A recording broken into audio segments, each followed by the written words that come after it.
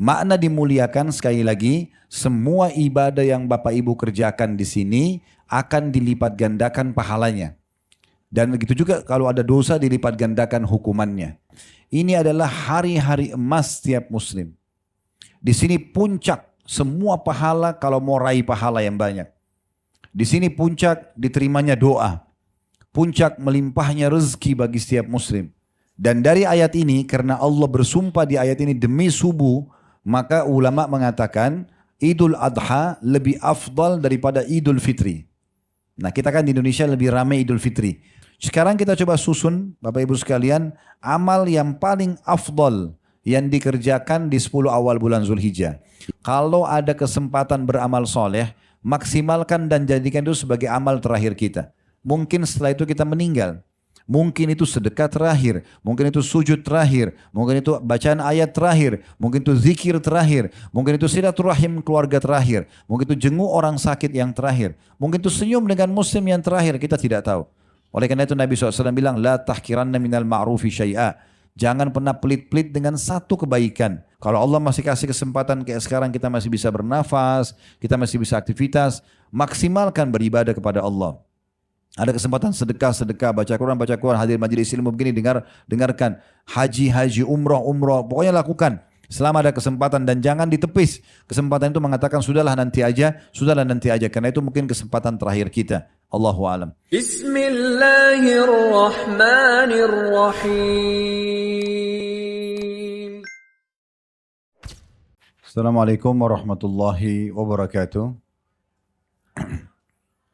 Alhamdulillah, selalu saja lisan kita memuji Sang Pencipta Allah atas segala nikmat yang dilimpahkan kepada kita, terutama nikmat Islam dan iman. Kita terpandu di atas syariat Allah Subhanahu wa taala. Selanjutnya kita panjatkan salam hormat kita kepada manusia yang telah membawa kepada kita hukum halal haramnya Allah, manusia yang telah disempurnakan jalur nasabnya, fisiknya, ilmunya oleh Allah Subhanahu wa taala. Sampai akhirnya sempurnalah agama Allah dan sampai kepada kita semua. Maka sangat wajar kalau kita selalu mengucapkan salam hormat kepada Nabi besar Muhammad sallallahu alaihi wa ala alihi wa sahbihi wasallam. Pada kesempatan ini Bapak Ibu sekalian, kita akan membahas tema yang mungkin kelihatannya sederhana, namun memang sangat penting untuk diketahui oleh kaum muslimin. Tentang masalah muliahnya dan keutamaan bulan Zulhijjah. Akan kita paparkan panjang lebar apa yang kira-kira Bapak Ibu bisa dapatkan di 10 awal bulan Zulhijjah itu. Dan kenapa dia harus menjadi sebuah tema khusus yang dibahas. Kita akan mulai dulu Bapak Ibu sekalian dengan membahas surah At-Taubah, surah nomor 9 ayat 36. Jadi kalau ibu-ibu dan bapak sekalian punya aplikasi Al-Quran di handphonenya, bisa dibuka surah nomor 9 ayatnya 36. Saya akan baca karena ini pondasi bahasan kita.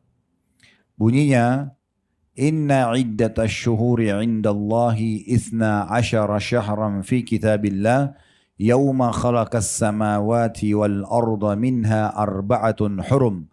ذلك الدين القيم فلا تظلموا فيهن أنفسكم وقاتلوا المشركين كافة كما يقاتلونكم كافة واعلموا أن الله مع المتقين. Terjemahannya, sesungguhnya bilangan bulan-bulan di sisi Allah ada 12. Nah 12 ini bukan bulan-bulan Masehi yang Bapak Ibu tahu. Bukan dari Januari ke Desember, tapi bulan-bulan Hijriah. Muharram bulan 1, Safar bulan 2, Rabiul Awal bulan 3, Rabiul Tsani bulan 4, Jumadil Ula bulan 5, Jumadil Tsaniyah bulan 6, Rajab bulan 7, Sya'ban bulan 8, Ramadan bulan 9, kemudian Syawal bulan ke-10, Zulqa'dah bulan ke-11 dan bulan ke-12-nya Zulhijjah. Ini yang Allah bilang, sesungguhnya bilangan bulan di sisi Allah ada 12, maksudnya bulan-bulan Hijriah.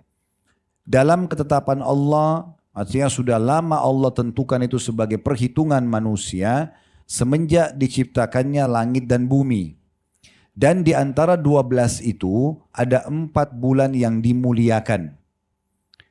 Biasanya kita mungkin dengar dari para ustadz kita, dari para kiai kita, semoga Allah jaga mereka istiqamah di atas ilmu dan iman. Mereka seringkali menyebutkan motivasi agar umat Islam sibuk beribadah di bulan Ramadan. Itu betul. Ramadan semua berlumba-lumba membuka puasakan orang. Orang berpuasa, sholat tarawih, baca Quran, umrah, dan segala macam ibadah dikerjakan. Tapi sayangnya, sangat sedikit yang coba menjelaskan ternyata selain Ramadan ada 4 bulan lain yang juga tidak kalah kedudukannya dengan Ramadan. Inilah yang Allah sebutkan di sini. Ada 12 bulan Allah bilang dalam surah At-Taubah 36 ini, semenjak diciptakannya langit dan bumi. Sudah saya sebutkan tadi 12 bulan itu, dan Allah bilang di antaranya ada 4 bulan yang dimuliakan. Makna dimuliakan, kata Imam Qurtubi dalam tafsir beliau rahimahullah, artinya semua amal-amal soleh yang dikerjakan di 4 bulan ini akan dilipat gandakan pahalanya, dan semua dosa-dosa juga akan dilipat gandakan hukumannya. Itulah makna bulan dimuliakan. 4 bulan ini adalah bulan Rajab, bulan ke-7 ya, dari bulan Hijriyah. Kemudian ada 3 bulan berurutan. Zulqa'dah, sekarang kita berada di tanggal 24 Zulqa'dah. Kemudian Zulhijjah, bulan depan, sepekan lagi kita akan masuk insya Allah. Kemudian Muharram. Berarti sekarang ini kita sedang berada di salah satu dari 4 bulan yang dimuliakan. Bahkan kita berada di bulan Zulqa'dah, yang setelahnya juga masih masuk bulan yang dimuliakan Zulhijjah, setelahnya juga masih masuk bulan dimuliakan yaitu Muharram. Makna dimuliakan sekali lagi, semua ibadah yang Bapak Ibu kerjakan di sini akan dilipat gandakan pahalanya. Dan begitu juga kalau ada dosa dilipat gandakan hukumannya. Maka karena itu penting sekali setiap muslim mengetahui tentang bulan-bulan ini. Lalu Allah bilang, lanjutan terjemahan ayatnya, itulah ajaran agama yang lurus. Maka jangan pernah kalian menzalimi diri kalian di 4 bulan itu. Makna menzalimi jangan buat dosa. Karena kalau buat dosa lebih berat hukumannya daripada bulan-bulan yang lain. Sebagaimana kalau buat ibadah lebih baik dan lebih besar pahalanya juga. Dan Allah mengatakan, dan perangilah kaum musyrikin itu semuanya sebagaimana mereka memerangi kalian. Ketahuilah bahwasanya Allah bersama dengan orang-orang yang bertakwa. Orang-orang yang bertakwa. Baik Bapak Ibu sekalian, kita akan coba fokus untuk menjelaskan bulan atau 3 bulan ya tepatnya. Zulqa'dah ini yang kita ada sekarang, Zulhijjah nanti yang bulan depan, dan ini lebih banyak bahasan nanti, dan juga bulan Muharram. Bulan Rajab, karena sudah lewat, sekarang kita bahas yang akan kita lalui atau sedang kita lalui. Yang pertama yang harus digarisbawahi Bapak Ibu sekalian, bahwasanya bulan Zulqa'dah dan 10 awal bulan Zulhijjah masuk dalam bulan-bulan haji. Masuk dalam bulan-bulan haji. Artinya kalau ada di antara Bapak Ibu kebetulan lagi di Mekah, di hari-hari sekarang ini dia umroh dan dia niatkan umroh haji tamattu, haji yang digabungkan antara umroh sama haji, maka berarti dia sudah terhitung sedang melaksanakan ibadah haji. Karena masuk dalam bulan-bulan haji. Walaupun haji itu fokusnya tanggal 8 Zulhijjah sampai 13 Zulhijjah. Tapi sekarang bulan Zulqa'dah ini masuk dalam salah satu bulan-bulan haji. Perlu kita garis bawahi, bulan Zulqa'dah selain masuk bulan haji, dia juga masuk salah satu dari 4 bulan yang dimuliakan. Sekarang kita fokus, saya berharap Bapak Ibu betul-betul melingkarin kalendernya. Tepatnya tanggal 1 Zulhijjah nanti, ini adalah hari-hari emas setiap muslim. Di sini puncak semua pahala kalau mau raih pahala yang banyak. Di sini puncak diterimanya doa. Puncak melimpahnya rezeki bagi setiap muslim. Di 10 awal bulan Zulhijjah ini. Kita coba jelaskan beranjak daripada hadis yang sahih. Kata Nabi Muhammad SAW tentang 10 hari pertama bulan Zulhijjah ya. Ma min ayyamin al-amalu salihu fiha ahabbu ila Allah min hadhil ayyam ya'nil ashr. Tidak ada hari-hari sepanjang tahun, termasuk Ramadan di sini ya, di mana semua jenis amal soleh yang dikerjakan lebih Allah cintai dibandingkan yang dikerjakan di 10 awal bulan Zulhijjah. Semua ibadah yang Bapak Ibu kerjakan sepanjang tahun tidak akan pernah bisa menyamai pahalanya 10 awal bulan Zulhijjah, walaupun Bapak Ibu beribadah di Ramadan. Kemudian para sahabat mengatakan, qalu ya Rasulullah walal jihadu fi sabilillah. Wahai utusan Allah, bagaimana dengan jihad di jalan Allah? Jihad itu berat ibu-ibu sekalian ya. Karena ibu tidak berjihad mungkin tidak tahu. Kalau kaum laki-laki kapan disyariatkan mereka harus tinggalkan istrinya, tinggalkan anaknya, tinggalkan pekerjaannya. Kemudian mungkin di medan perang tidak dapat makanan, tidak dapat minuman. Mungkin sulit mendapatkan kamar mandi, toilet misalnya. Bisa setiap saat ditawan oleh musuh. Perjuangan yang luar biasa. Kalau dia masuk medan perang langsung mati sih nggak ada masalah. Tapi ini butuh perjuangan. Maka para sahabat mengatakan, ya Rasulullah, karena Nabi bilang kan, sekali lagi saya ulangi, tidak ada sepanjang tahun hari-hari di mana semua jenis amal soleh, sunnah atau wajib lebih Allah cintai, lebih besar pahalanya, lebih afdal dibandingkan dikerjakan di 10 awal bulan Zulhijjah. Maka para sahabat mengatakan, ya Rasulullah, jihad pun di jalan Allah, meninggalkan keluarga, meninggalkan pekerjaan, ya. Itu juga makna hadisnya belum bisa mengalahkan pahala amal apapun yang dikerjakan di 10 awal bulan Zulhijjah walaupun sunnah.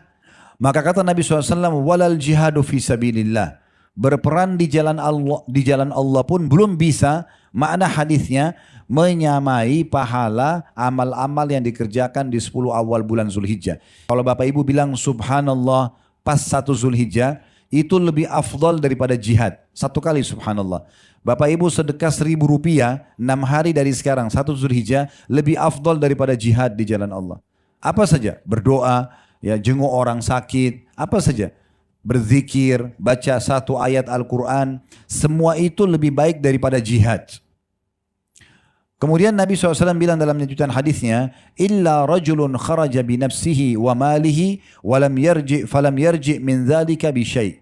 Kecuali satu keadaan, ada satu keadaan di mana bisa mengimbangi pahala amal yang dikerjakan di 10 awal bulan Zulhijjah, yaitu kalau seorang laki-laki keluar berperang, dia membawa jiwanya dan membawa seluruh hartanya. Misalnya dia punya uang 10 miliar, dibawa semua ke medan perang diinfakkan, dia juga ikut berperang, kemudian dia tidak membawa pulang keduanya. Maksudnya dia terbunuh mati syahid, plus lagi semua hartanya habis diinfakkan, makna hadisnya baru bisa menyamai amalan sekecil apapun yang dikerjakan di 10 awal bulan Zulhijjah. Makanya kita pilih tema bahasan masalah ini. Berapa banyak orang yang kami sampaikan di pengajian tentang ini, lalu mereka bilang, betapa ruginya Ustaz, tahun-tahun yang lalu kami tidak tahu masalah ini. Tidak tahu kalau kita masuk 10 awal bulan Zulhijjah, gitu kan.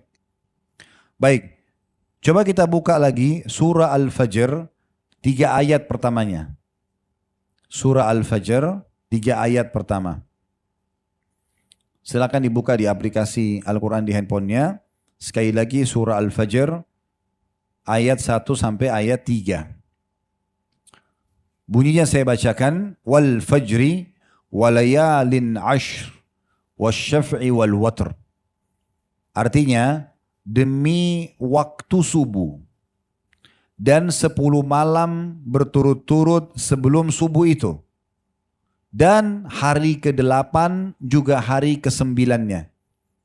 Sudah dilihat? Sudah lihat ya?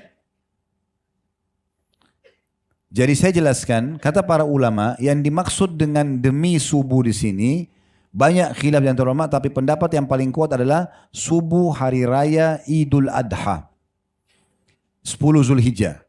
Dan dari ayat ini, karena Allah bersumpah di ayat ini demi subuh, maka ulama mengatakan Idul Adha lebih afdal daripada Idul Fitri. Nah, kita kan di Indonesia lebih ramai Idul Fitri, padahal sebenarnya lebih afdal Idul Adha. Kenapa? Karena Idul Fitri ada sholat Id, tapi selepas sholat Id tidak ada syariat khusus. Artinya orang mau silaturahim keluarga silahkan, orang mau istirahat silahkan, orang mau rekreasi keluarga silahkan selama tidak ada dosanya. Tapi kalau selepas Idul Adha, Allah berfirman, "Fasalli li rabbika wanhar." Salatlah Idul Adha itu hai Muhammad dan berkurbanlah setelahnya. Jadi Idul Adha lebih afdal, ya. Kemudian Allah bilang, perhatikan ayat 2-nya, walayalin ashr. Dan 10 malam berturut-turut sebelum subuh Idul Adha itu. Dari ayat ini, sebagian ulama ada yang mengatakan, berarti 10 awal bulan Zulhijjah itu lebih afdal daripada 10 terakhir Ramadan. Ya, kita kan 10 terakhir Ramadan kejar Lailatul Qadar, ya, kita lebih giat beribadah, ada ibadah iktikaf di masjid bagi laki-laki terutama ya. Tapi dari ayat ini yang Bapak Ibu lagi buka surah Al-Fajr, karena Allah bilang demi subuh Idul Adha itu dan kejar 10 malam berturut-turut sebelum subuh itu. Kalau Lailatul Qadar kita disuruh kejar malam ganjil saja. Dan di sana di Ramadan lebih baik daripada 1000 bulan kalau Lailatul Qadar kan. Kalau di sini lebih baik daripada jihad. Jadi 10 malam itu Bapak Ibu disuruh sholat tahajud. Tiap hari kita disuruh sholat tahajud, tapi ini pahalanya mengalahkan pahala jihad. Kemudian ayat 3-nya Allah bilang wasyaf'i wal watr. Dan hari ke-8-nya juga hari ke-9. Maksudnya hari 8 Zulhijjah dan hari 9 Zulhijjah. Tanggal 8 dikenal dengan hari Tarwiyah. Awal sekali jemaah haji masuk ke Mina dengan menggunakan ihram untuk melaksanakan ibadah haji. Tanggal 8 mereka tinggal di kemah di Mina. Sholat duhur di waktu duhur 2 rakaat, sholat asar di waktu asar 2 rakaat, sholat maghrib di waktu maghrib 3 rakaat, sholat isya di waktu isya 2 rakaat. Nginap di Mina, tanggal 9-nya yang Allah bilang di situ wal watr dan hari ganjilnya 9-nya itu jemaah haji semua pergi ke Arafah. Masuk di padang Arafah, dari mulai menjelang duhur mereka sholat duhur asar jamak takdim qasran. Di jamak duhur sama asar, di qasar dipangkas 4 rakaat jadi 2-2 dan ditakdim dimajukan di waktu duhur. Kemudian memperbanyak doa, zikir, ya, ibadah kepada Allah sampai terbenam matahari tanggal 9 itu. Kemudian jemaah haji menuju ke Muzdalifah. Mereka sholat jamak takhir, maghrib dan isya di jamak, kemudian ditakhirkan, diterlambatkan di waktu isya, dan isyanya di qasar, dipangkas. 4 rakaat jadi 2, maghrib tetap 3. Setelah itu mereka mabit atau nginap di Muzdalifah. Besoknya tanggal 10 Zulhijjah hari raya Idul Adha, jemaah haji mengerjakan 3 hal. Yang pertama jumrah aqabah, melontar. Biasa di Indonesia bilang lontar setan, tapi kita tidak namakan lontar setan karena tidak ada setannya di situ. Itu simbolik saja. Setan dulu ada menggoda di situ. Nabi Ibrahim alaihissalam pada saat mimpi melihat menyembelih anaknya Ismail sebab disyariatkannya kurban Idul Adha, hari raya kurban itu. Nah, mimpinya Nabi Ibrahim ini dan mimpi semua nabi-nabi adalah wahyu. Beliau mimpi menyembelih. Nah, di titik yang kita jumrah pada saat haji melontar batu kerikil kecil itu karena menjalankan perintah Allah untuk mengenang kisah itu. Nabi Ibrahim alaihissalam waktu mau pergi menyembelih Nabi Ismail, sempat iblis datang menjelma untuk menggoda, dilempar dengan batu. Kemudian lari iblisnya, di titik yang kedua muncul lagi, dilempar lagi 7 butir batu. Kemudian hilang iblisnya, di titik ketiga lagi diulangi oleh iblis, dilempar lagi dengan 7 butir batu, habis itu iblis nggak datang lagi. Makanya disyariatkan jumrah, melontar. Disilakan sugra, wusta, dan aqabah atau kubra. Kecil, sedang, besar gitu ya. Nah, kita di hari Idul Adha itu jemaah haji melontar jumrah aqabah satu saja hari itu. Kemudian mereka tawaf dan sa'i haji, namanya tawaf ifadah, dan berkurban atau hadyu.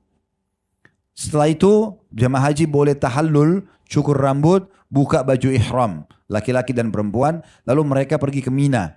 Tinggallah mulai hari raya Idul Adha itu tanggal 10 sampai tanggal 13. 11, 12, 13 dikenal dengan hari tasyrik, yang biasa kita di Indonesia berkurban, ya.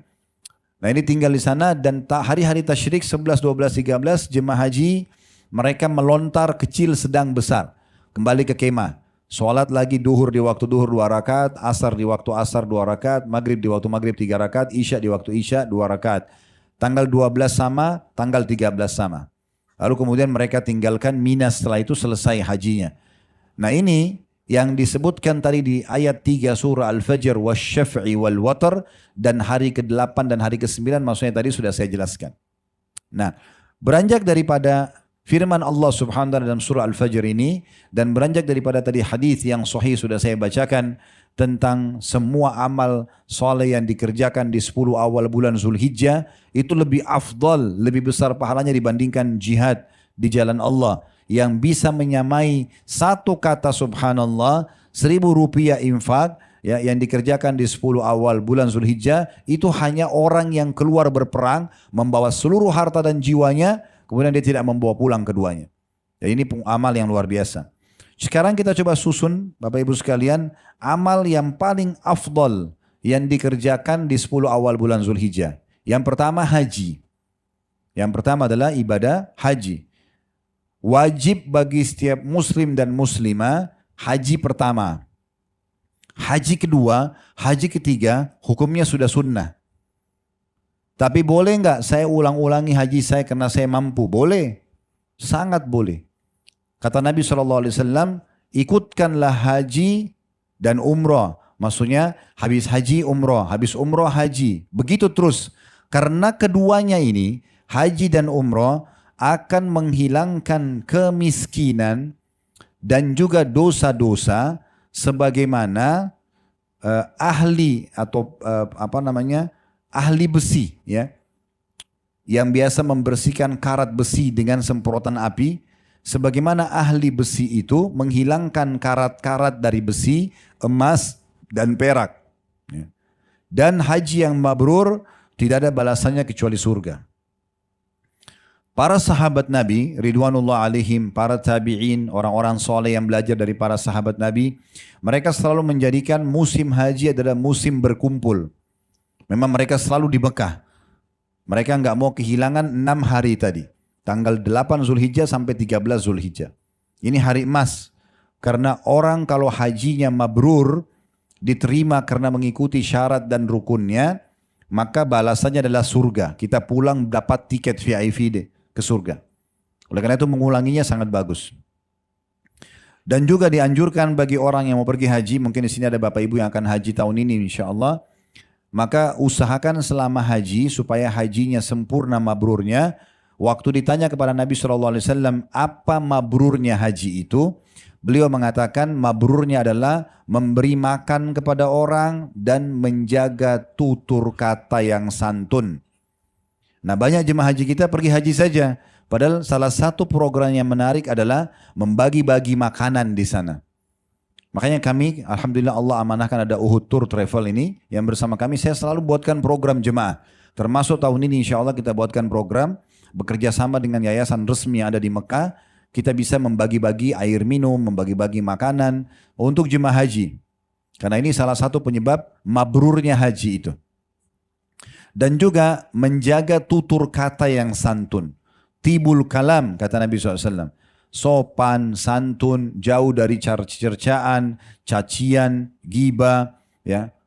Kemudian juga fitnah, ya. Bertengkar. Ramadan dan haji ini, puasa Ramadan dan haji, dua ibadah besar, memang melatih setiap muslim dan muslimah untuk mengontrol lisan mereka. Supaya mereka tidak bertutur kata yang salah. Kata Nabi SAW, siapa yang sedang berpuasa, maka jangan dia pernah rafas. Rafas itu mengucapkan kata-kata syahwat selain pada pasangan halalnya. Kalau pada suami istri nggak ada masalah, tapi kalau selain suami istri nggak dibolehkan. Kata Nabi SAW, kalau kalian puasa jangan rafas. Jangan juga fusuk, berbuat segala jenis dosa. Ya. Kemudian juga kata Nabi SAW, kalau seandainya, dan jangan sahab. Sahab itu kayak bertengkar. Kalau dia diajak bertengkar oleh seseorang, katakan saya sedang berpuasa. Itu Ramadan. Di musim haji juga begitu. Allah bilang dalam surah Al-Baqarah itu ya. Sehingga saya di 197 ayatnya itu. Orang kalau haji itu, fala rafatha wala fusuka wala jidala fil hajj. Kalau lagi haji, tidak boleh ada rafas. Rafas itu ucapan kata-kata mesra, tapi selain pada pasangan halal. Tidak boleh fusuk, berbuat semua jenis dosa yang lain. Ghibah, fitnah, ya, tontonannya, ucapannya yang didengar. Gitu. Dan jidal, nggak boleh berdebat-debat di musim haji, ribut-ributan. Dalam sebuah hadis yang lain kata Nabi SAW, siapa yang haji tidak rafas, tidak mengucapkan kata-kata mesra kepada selain pasangan halal, dan tidak juga fusuk, berbuat semua jenis dosa atau kriminal, maka dia akan pulang dari hajinya seperti baru dilahirkan oleh ibunya. Jadi bersih dari dosa. Oleh karena itu Bapak Ibu yang Allah berikan kelebihan rezeki, dan insya Allah saya lihat di sini Masya Allah mungkin orang-orang mampu, silakan Anda kerjakan ibadah haji ini, rutinkan saja. Ya. Begitu juga dengan umroh. Saya sudah haji tahun lalu Ustaz. Apakah saya perlu haji lagi buat diri saya atau saya hajikan buat orang lain? Haji buat diri kita sendiri. Karena yang sedang diberikan kesempatan oleh Allah adalah kita. Kerjakan lagi. Orang yang belum kena kewajiban, artinya karena dia tidak punya kemampuan, berarti tidak wajib bagi dia. Dan boleh kita menghajikan orang tua kita yang sudah meninggal. Orang tua kita yang sudah meninggal. Ya. Ada istilah sekarang badal haji. Ya kayak kami di travel buka kesempatan itu. Jadi Bapak Ibu bisa tiap tahun hajikan orang tuanya. Kedua orang tua yang sudah meninggal. Baik tiap tahun. Tinggal bayar ke travel. Nanti ditunjuk mahasiswa di sana. Lakukan haji tersebut. Dia akan foto dan buat cuplikan pada saat niat di Miqat. Pada saat lagi di Mina, di Arafah, di Muzdalifah. Setelah itu nanti akan ada sertifikat. Kan begitu. Kita bisa dapat pahalanya. Begitu juga dengan umroh. Tapi selama Allah masih kasih kesempatan kita, maka jangan sia-siakan, kita yang mengerjakan. Ulang-ulangi aja. Saya tahu satu pengusaha di Jakarta ini, Masya Allah rezekinya Allah buka melimpah sekali. Setiap satu bulan ini, setiap bulan dia sama istrinya sepakat 3 pekan di Jakarta, 1 pekan di Saudi, di Mekah. Jadi 3 pekan dipakai untuk aktivitas di Indonesia, 1 pekan pasti dia sana. Seperti lagi absen dengan Tuhannya. Duduk aja di Masjid Haram berdoa, sholat, ya umrah, ziarah kuburan Nabi SAW, pulang 1 minggu. 6 hari, 5 hari, pulang. Tiap bulan begitu. Dan Masya Allah, Allah berikan banyak sekali keutamaan, kelebihan. Ada banyak keajaiban terjadi bagi orang yang haji dan umrah ini ya. Banyak sekali keajaiban yang terjadi. Di antaranya mustajabnya doa itu. Karena kata Nabi SAW, sesungguhnya orang-orang yang berjihad di jalan Allah dan orang yang haji juga umrah adalah tamu-tamu Allah. Adalah tamu-tamu Allah. Mereka dipanggil, mereka datang dan akhirnya mereka berdoa, Allah kabulkan. Jadi mereka mustajab doa. Wajar saja kalau ada orang yang sedang pergi haji atau umrah kita mengatakan tolong doakan saya. Memang karena dia mustajab doa. Dia diterima doanya. Dan juga rezeki yang kita keluarkan itu akan diganti oleh Allah Subhanahu wa taala. Jadi tidak usah perhitungan di jalan Allah. Sebagaimana Allah jelaskan dalam surah Saba, surah nomor 34 ayat 39. Ya, potongan ayatnya, "Wa ma anfaqtum min syai'in fahuwa yukhlifu." Semua yang kalian infakkan pasti akan diganti oleh Allah. Diganti. Saya juga sarankan teman-teman untuk mencari travel-travel yang berkualitas, pelayanannya bagus, dan panduan ibadahnya juga tepat. Karena ada juga yang bagus tapi panduan ibadahnya kurang tepat. Gitu kan. Jadi dua-dua bergabung. Dan insya Allah Allah akan gantikan semua rezeki yang sudah kita bayarkan. Dan ini yang paling utama ya, ibadah haji. Haji ini ada 3 macam. Ada namanya haji ifrad. Haji ifrad itu haji saja, tanpa umroh. Nah biasanya yang lakukan ini Bapak Ibu sekalian penduduk Mekah. Karena mereka tinggal pakai baju ihram dari rumahnya di tanggal 8 Zulhijjah, lalu ke Mina, lalu dia laksanakan ibadah haji. Yang kedua dan ini yang paling afdal adalah haji tamattu' namanya. Tamattu' itu artinya menikmati. Jadi kita ke Mekah umroh dulu, selepas umroh semuanya pakai baju ihram, kita tawaf, niat, kemudian tawaf, sa'i, tahallul, habis syukur pakai baju biasa. Jadi kayak penduduk Mekah. Tinggal di Mekah cuma perbanyak sholat di Masjid Haram. Sampai tiba tanggal 8 Zulhijjah. Baru kita pakai ihram untuk haji. Jadi umrah dulu. Habis itu tinggal di Mekah kayak penduduk Mekah. Nanti pas masuk tanggal 8 Zulhijjah baru pakai ihram untuk haji. Nah ini namanya tamattu. Artinya menikmati. Karena dia menikmati jedah antara umrah dan haji untuk pakai baju biasa. Cuman ini nanti ada hadyu. Ada hewan kurbannya. Kalau yang pertama ifrad tidak ada hewan kurbannya. Jenis haji yang ketiga namanya qiron. Qiron ini itu adalah umroh sama haji, cuma bedanya selepas umroh jemaah hajinya nggak buka baju ihram. Mereka pakai baju ihram sampai selesai haji. Ini memang agak berat ya. Dan waktu Nabi Muhammad SAW haji, beliau kerjakan haji yang ketiga ini. Haji Qiran namanya. Tapi beliau menganjurkan para sahabat, ya, siapa yang mampu pada saat itu untuk mengubah, dia mengubah. Dia ubah niatnya. Jangan Qiran, tapi dia pindah ke tamattu. Supaya meringankan orang-orang. Karena kalau Qiran, mereka tetap dengan ihramnya sampai selesai haji. Jadi kalau kayak kami nanti insya Allah ini berangkat dengan travel kami tanggal 20 Juni, hari Selasa depan insya Allah. Itu masih tanggal 1 Zulhijjah. Kalau kita tamattu, dan Alhamdulillah kami nanti tamattu karena cara yang paling afdal, tanggal 20 itu langsung umrah, tahallul, kami sudah pakai baju biasa, jadi tanggal 21, itu tepatnya tanggal 2 Zulhijjah sampai tanggal 8 Zulhijjah, kami sudah pakai baju biasa aja di Mekah. Sambil memperbanyak ibadah, tanggal 8 baru pakai ihram lagi. Tapi kalau Qiran, kalau tanggal 20 misalnya berangkat, selesai umrah, ihramnya nggak dibuka. Terus dipakai sampai selesai tanggal 13 Zulhijjah. Nah ini jenis-jenis haji itu sendiri. Ya, jenis-jenis haji sendiri. Nah supaya hajinya diterima dan ini adalah ibadah yang paling afdal di 10 awal bulan Zulhijjah, butuh 2 syarat. Syarat yang pertama, ikhlas.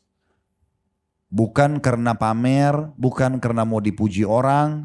Allah berfirman dalam Al-Quran surah Al-Baqarah, wa atimmul hajja wal umrata lillah. Sempurnakanlah haji dan umrah itu karena Allah. Jadi bukan hanya karena mau bangga-bangga sama teman-teman, ya, partner bisnis, jawat, atau cuma mau pamer di medsos. Enggak, memang karena kita ingin mengejar keutamaannya. Nah itu namanya ikhlas. Dan juga ciri orang ikhlas tidak menceritakan. Kecuali ditanya.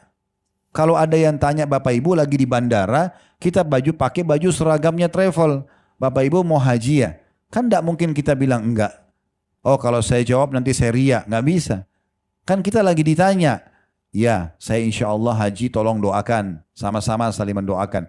Kalau ria itu yang batal ibadahnya, tidak ada yang cerita. Tiba-tiba dia bilang, tahu nggak saya tahun ini mau haji loh. Misal, dia pamer. Nah itu mungkin bisa saja ria ya. Syarat pertama. Syarat kedua mutaba'ah. Artinya mengikuti Rasulullah sallallahu alaihi wasallam. Karena Nabi SAW mengatakan tentang haji dan umrah, khudhu anni manasikakum. Ambillah dengan cara detail ya manasik dari cara yang aku sudah contohkan. Jadi betul-betul harus sesuai dengan panduan Nabi Muhammad sallallahu alaihi wasallam. Bapak Ibu harus kritis. Tanya gitu.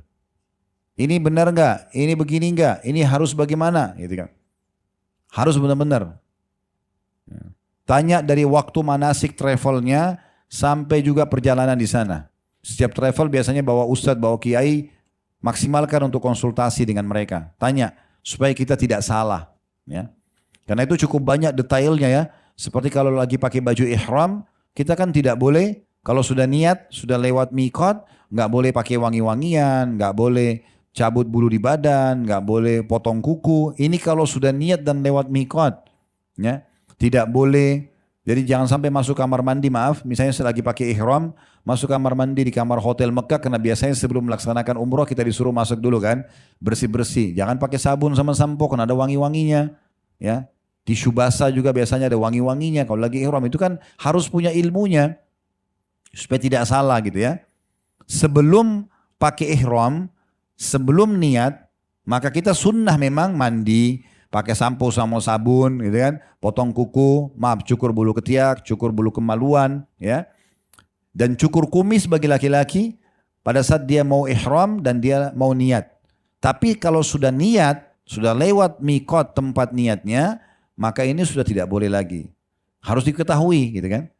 Kalau ada orang bahkan interaksi biologis dengan pasangan halalnya, lagi ihram, batal hajinya. Dan dia harus sembeli unta, plus lagi dia harus ulangi tahun depan. Nah, ini kan harus ada ilmunya. Tidak boleh sembarangan. Bapak-bapak kalau lagi pakai ihram, dia cuma boleh pakai 2 lembar kain. Bawah sama atas. Nggak boleh pakai, celana dalam, nggak boleh pakai kaos dalam, nggak boleh pakai kopiah di kepala, nggak boleh pakai sepatu yang menutupi mata kaki. Ini bagi laki-laki ya. Kalau ibu-ibu pakai baju lengkap, nggak ada masalah. Ya, jilbabnya tetap dipakai segala macam, bahkan pakai kaos kaki kena bagian daripada aurat. Yang kelihatan cuma telapak tangan dan wajah saja. Nah ini kan butuh ilmu dan harus mencontohi baginda Nabi SAW gitu. Jangan salah. Oleh karena itu kita harus kritis agar ibadah haji kita diterima oleh Allah Subhanahu wa taala. Ini jenis ibadah yang pertama. Jenis ibadah yang kedua yang sangat dianjurkan sekali adalah sholat Idul Adhanya dan juga berkurban. Ya, sholat Idul Adha itu di tanggal 10 Zulhijjah, walaupun bagi wanita yang berhalangan, dia tidak ikut sholat, tetap dianjurkan keluar, hadir di lapangan mendengarkan khutbah. Disebutkan dalam sebuah riwayat yang sahih, Nabi Muhammad SAW memerintahkan kaum muslimin, laki-laki, perempuan, orang tua, anak-anak, bahkan wanita yang berhalangan untuk keluar ke sholat Idul Fitri dan Idul Adha. Ya, walaupun perempuan itu berhalangan, mereka duduk saja pada saat lagi jemaah muslimin lagi sholat, mereka dengarkan khutbah. Karena pentingnya untuk menghadiri sholat Id. Ya. Kemudian setelahnya berkurban. Ini ibadah yang ketiga, sholat Id yang kedua, kemudian ibadah yang ketiga adalah berkurban. Nah berkurban ini boleh domba, satu jenis sama kambing, atau sapi, atau unta. Dan lebih afdal kalau bapak ibu sendiri. Kayak misalnya kita mampu beli sapi 1 ekor sendiri, ya sendiri aja. Nggak usah dipaksakan 7 orang. Tapi kalau sapi itu mau dipartisipasi maksimal 7 orang. Kenapa ada satu ibu pengajian, beliau ikut dengan program kami di Adhafam. Kami juga punya alokasi penerimaan kurban. Maka beliau kasih nama beliau, nama suami sama nama 2 anaknya untuk 1 ekor sapi. Lalu kemudian beliau bilang, Ustaz, tolong tambahkan 3 nama lagi yang lain. Saya tanya, untuk apa ibu tambahkan 3 nama yang lain? Kan harus 7. Saya bilang nggak harus 7. Kalau ibu bisa sendiri 1 sapi sendiri, ibu nggak usah bagi pahalanya. Kalau tidak bisa sendiri 2 orang, 2 orang aja. Kalau tidak bisa 3 orang, 3 orang aja. Jangan paksakan 7, karena kalau 7 dibagi 7 pahalanya. Kan begitu. Nah di sini khilaf di antara ulama mana yang lebih afdal. Apakah domba sama kambing atau sapi dan unta? Ada pendapat yang mengatakan unta sama sapi karena lebih besar. Ada juga pendapat yang mengatakan tidak, domba lebih afdal. Kenapa? Karena Nabi Ismail alaihissalam pada saat tidak jadi disembeli diganti oleh Allah dengan domba. Dan Nabi Muhammad SAW dalam hadis Bukhari berkurban dengan 2 ekor domba jantan bertanduk yang berbulu putih dan di daerah sekitar matanya dan keempat kaki domba tersebut berbulu hitam. Nah ini tentang masalah kurbannya. Dan kita boleh memakan hewan kurban kita kalau memang di lokasi kita jangkau. Ya. Ibadah yang keempat, berpuasa. Itu disunnahkan Bapak Ibu puasa 9 hari. 9 hari. Mulai tanggal 1 Zulhijjah sampai 9 Zulhijjah. Ini bagi yang mampu sangat baik. Kenapa? Karena ibadah-ibadah di 10 awal bulan Zulhijjah lebih baik daripada jihad. Tadi sudah saya jelaskan. Lebih baik daripada jihad. Bahkan yang bisa menyamai amal di 10 awal bulan Zulhijjah hanya orang yang keluar berperang, dia mati syahid, hartanya semua habis diinfakkan, baru sama dengan ibadah yang paling ringan yang dikerjakan di 10 awal bulan Zulhijjah.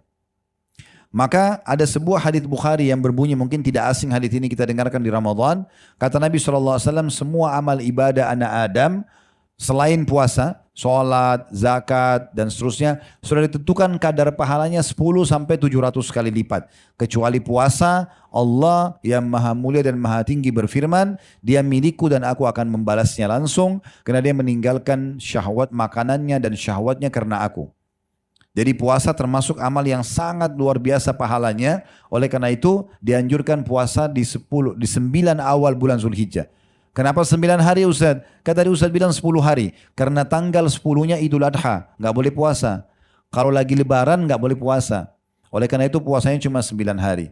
Bagi yang tidak mampu 9 hari, maka boleh 8 hari saja. Tidak mampu 7 hari saja. Tidak mampu 5 hari saja. Kalau betul-betul tidak mampu, maka jangan kehilangan puasa tanggal 9-nya. Dikenal dengan hari Arafah. Ya, hari Arafah. Pernah dengar puasa Arafah ya? Nah itu bagi orang yang sedang tidak haji, dianjurkan puasa Arafah. Tapi kalau lagi haji, Bapak Ibu nggak boleh puasa. Karena Nabi SAW tidak berpuasa pada saat lagi haji, tapi memotivasi sahabat dan muslimin yang tidak haji untuk puasa. Dalilnya adalah hadis yang sahih, disebutkan bahwasanya Nabi SAW berpuasa 9 hari di awal bulan Zulhijjah. Dan beliau juga menjaga puasa Senin Kamisnya dan berpuasa 3 hari setiap bulannya. Kemudian kalau tidak mampu 9 hari, tadi saya bilang tanggal 9 saja dikenal dengan hari Arafah. Kata Nabi SAW, puasa hari Arafah, saya berharap bisa mengampuni dosa setahun yang lalu, 365 hari yang lalu, dan setahun akan datang atau 365 hari ke depan. Oleh karena itu satu hari ini jaga baik-baik. Ya, tanggal 9, tepatnya 1 hari sebelum Idul Adha. Kalau takut lupa, lihat kalender Idul Adha kapan, lingkar Idul Adha. Nah ini 1 hari sebelumnya. Tujuannya adalah supaya orang-orang yang tidak haji tetap mendapatkan keberkahan hari Arafah. Karena hari Arafah ini hari yang luar biasa. Kata Nabi SAW, doa yang paling afdal adalah hari Arafah. Juga dalam hadis lain kata Nabi SAW, tidak ada hari-hari yang paling banyak Allah menghapus nama hambanya dari api neraka dibandingkan hari Arafah. Bahkan jemaah haji yang hadir di Arafah dianggap sudah mengerjakan ibadah haji. Yang tidak hadir di Arafah dianggap tidak kerjakan ibadah haji. Karena kata Nabi SAW, Al-Hajju Arafah. Haji itu di Arafah. Sampai hari ini Bapak Ibu sekalian, kalau ada orang dari seluruh dunia datang ke Saudi, mau haji, terus tiba-tiba sakit misalnya. Selama dia belum meninggal, di tanggal 9 Zulhijjah, pemerintah Saudi memerintahkan agar dipakaikan ihram, dibawa dengan ambulan ke Arafah. Karena dengan hadir di Arafah berarti hadir haji. Nah ini poin yang perlu kita garis bawahi. Nah oleh karena itu orang yang sedang tidak haji dianjurkan untuk puasa. Untuk puasa. Kemudian juga dikatakan atau selanjutnya adalah ibadah yang kelima. Yang pertama tadi haji. Kemudian yang kedua sholat Idul Adha. Yang ketiga berkurban. Yang keempat puasa 9 hari, kalau nggak mampu tanggal 9-nya saja. Yang kelima memperbanyak takbir, tahlil, Allahu Akbar, la ilaha illallah. Mungkin Bapak Ibu sering dengar kalau menjelang Lebaran ya, Allahu Akbar, la ilaha illallah, Allahu Akbar, walillahil hamd. Nah ini dianjurkan untuk selalu dibaca. Ya. Disebutkan dalam sebuah riwayat yang sahih bahwasanya Ibnu Abbas radhiyallahu anhuma beliau berkata tentang firman Allah wadhkurullaha fi ayyamin ma'lumat.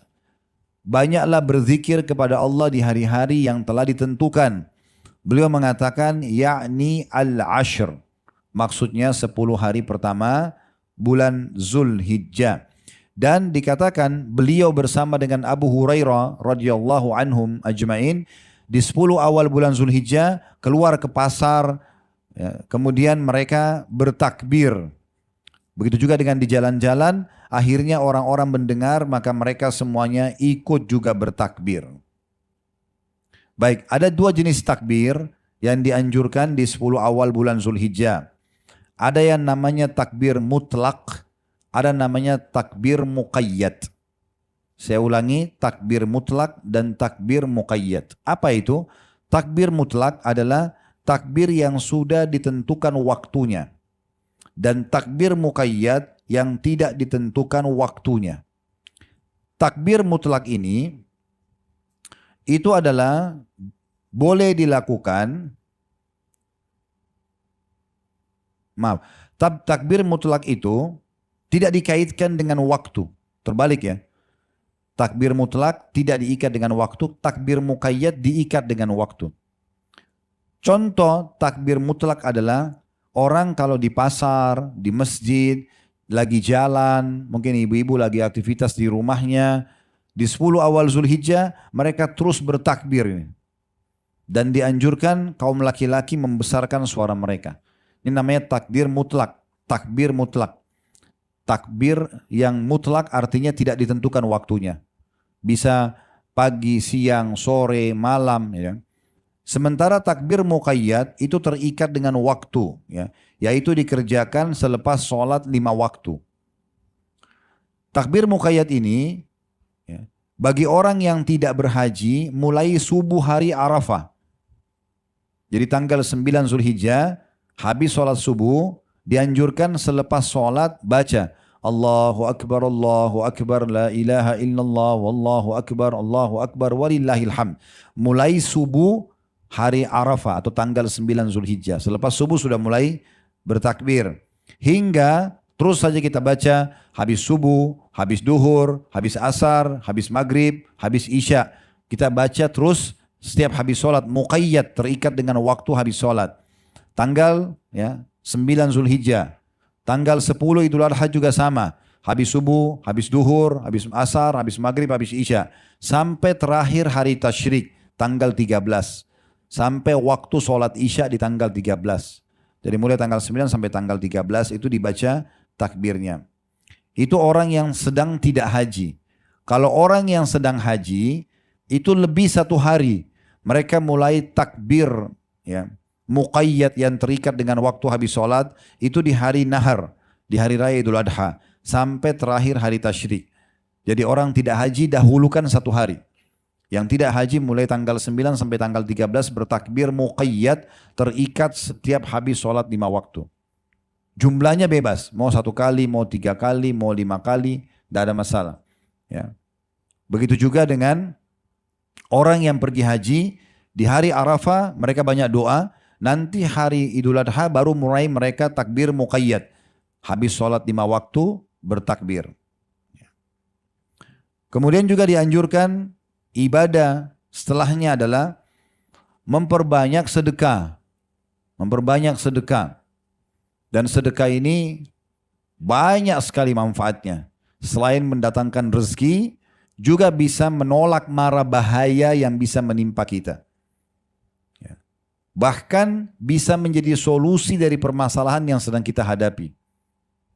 Kalau dalil tentang dia menjadi penyebab rezeki, tadi saya sudah sebutkan surah Saba, surah nomor 34, ayat 39. Wa ma anfaqtum min khairin fahuwa yukhlifu. Apa yang kalian infakkan di jalan kebaikan, maka dia akan ganti. Kalau solusi dari permasalahan, kata Nabi SAW, as-sadaqatu tudfi'u ghadabur rahman, wa tadfa'u an mitatisu. Sedekah itu akan menolak murkahnya sang pencipta Allah, dan juga bisa menolak kematian buruk.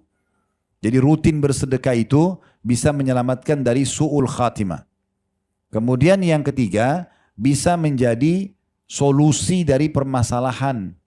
Kayak orang lagi sakit, ya, ada masalah apapun Bapak Ibu belum selesai, cari orang miskin, sedekah niat untuk selesai masalah kita. Kata Nabi SAW, dawu mardakum bis sadaqah.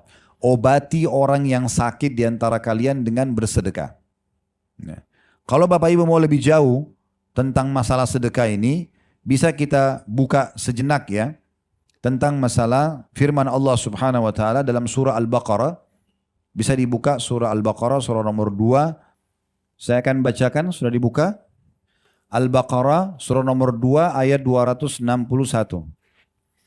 Masalul ladhina yunfikuna amwalan fi sabilillahi kamathali habbatin ambatat sab'a sanabila fi kulli sumbulatin mi'atu habba wallahu yudha'ifu liman yasha' wallahu wasi'un alim. Perumpamaan nafkah yang dikeluarkan atau uang yang dikeluarkan oleh orang-orang yang menafkahkan harta di jalan Allah, maksudnya bersedekah, adalah serupa dengan sebutir benih. Benih yang kecil ya, yang menumbuhkan 7 bulir. Pada tiap-tiap bulir terdapat 100 biji. Artinya sedekah 1 bisa menjadi 700 kali lipat. Allah melipat gandakan ganjaran bagi siapa yang dia kehendaki dan Allah maha luas karunia lagi mengetahui.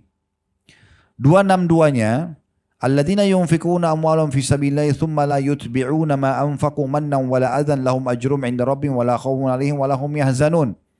Perhatikan kalau Bapak Ibu mau sedekahnya diterima, lihat syaratnya. Orang-orang yang menafkahkan hartanya di jalan Allah, kemudian mereka tidak mengiringi apa yang dinafkahkan itu dengan menyebut-nyebut pemberiannya. Tuh pesantren sana saya yang bantu tuh. Yayasan sana sudah tahu belum saya yang bantu. Ini jadi riak. Syarat diterimanya nggak boleh sebut-sebut. Udah kasih selesai antara Bapak Ibu sama Allah. Ini Allah bilang dalam Al-Baqarah 262-nya. Dan juga yang kedua, tidak menyakiti perasaan si penerima. Dilempar uangnya, marah-marahin. Kamu sudah berapa kali minta sama saya? Padahal sebenarnya seorang muslim dan muslimah harus faham muamalah dia, transaksi dia sama Tuhannya Allah. Orang miskin depan kita itu hanya perantara saja. Kita kasih uangnya, dia pakai makan, selesai. Tapi nilainya kita akan dapat nanti di timbangan amal kita hari kiamat. Makanya sebagian ulama salaf dulu, dari kalangan tabi'in, tabi'in, orang-orang soleh sebelum atau setelah generasi sahabat Nabi Ridwanullahi alaihim, mereka itu kalau ada orang miskin yang datang dan membawa hasil sedekahnya, mereka senyum sambil mengatakan, lihatlah orang-orang ini membawa amal-amal kami, ketimbangan amal kami tanpa upah sedikit pun. Kita berinfak 1 juta rupiah, 500 ribu rupiah, 1000 rupiah, 10.000 rupiah. Kalau orang miskin dia pakai makan, tapi kita akan dapat nilainya di timbangan amal nanti pada hari kiamat. Jadi tidak boleh menyebut-nyebut dan tidak boleh menyakiti perasaan si penerima. Lalu kata Allah, kalau dia begini melakukan, dia bersedekah tanpa menyebut-nyebut dan menyakiti perasaan penerima, mereka memperoleh pahala di sisi Tuhan mereka, tidak ada kekhawatiran terhadap mereka dan tidak pula mereka bersedih hati. 263-nya, qaulun ma'rufun wa maghfiratun khairun min shadaqatin yatba'uha adza wallahu ghaniyyun halim. Perkataan yang baik dan pemberian maaf lebih baik daripada sedekah yang diiringi dengan sesuatu menyakitkan perasaan si penerima. Allah Maha Kaya lagi Maha Penyantun. Maksudnya kalau kita tidak bisa kasih orang karena tidak mampu, kita minta maaf ya, saya belum bisa bantu. Begitu, Allah suruh begitu.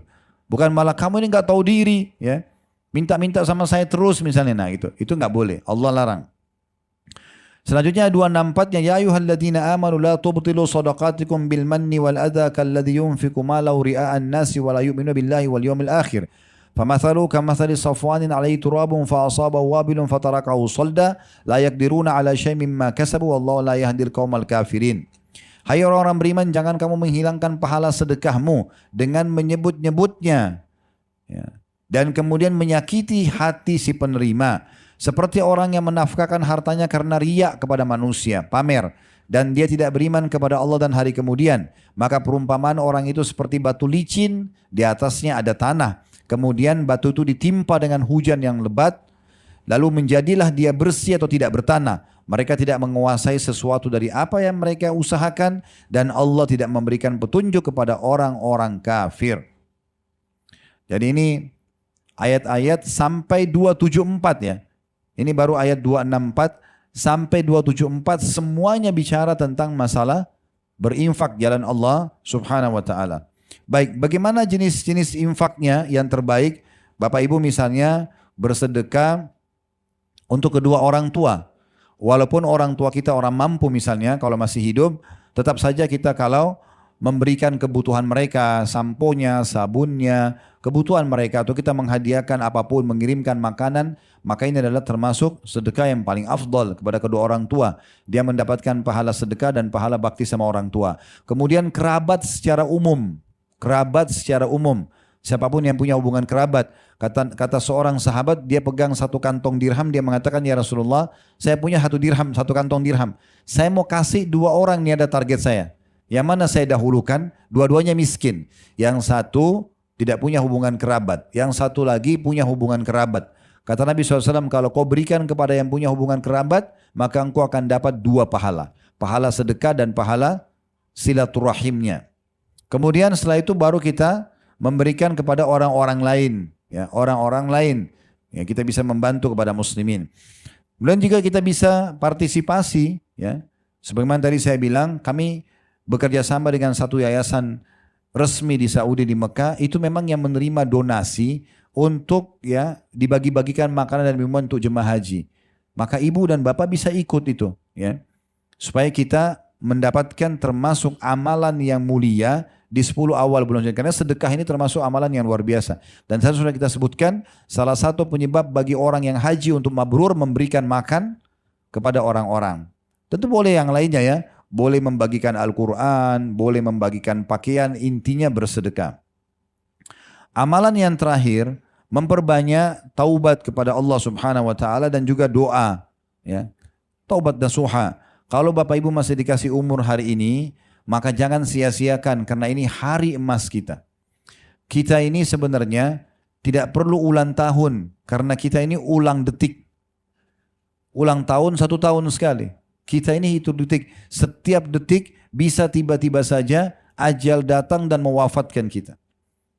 Maka kita ini sebenarnya manusia yang hitungannya detik. Ya.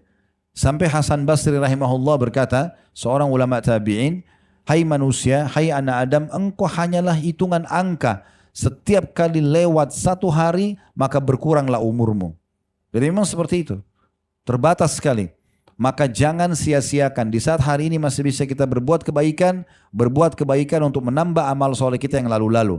Kalau di masa lalu kita punya dosa, saat ini masih hidup, segera bertaubat kepada Allah Subhanahu wa taala, karena dengan taubat maka kita tidak jadi dihukum nanti di kuburan dan juga di akhirat sana.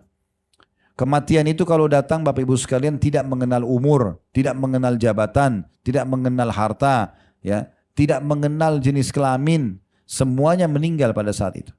Tadi baru kami makamkan salah satu staf kami yang bergabung di kantor. Kalau tidak salah umurnya 37 ya. 37 tahun. Masih sangat muda. Subhanallah, kata istrinya waktu kami tanya tadi tidak ada keluhan.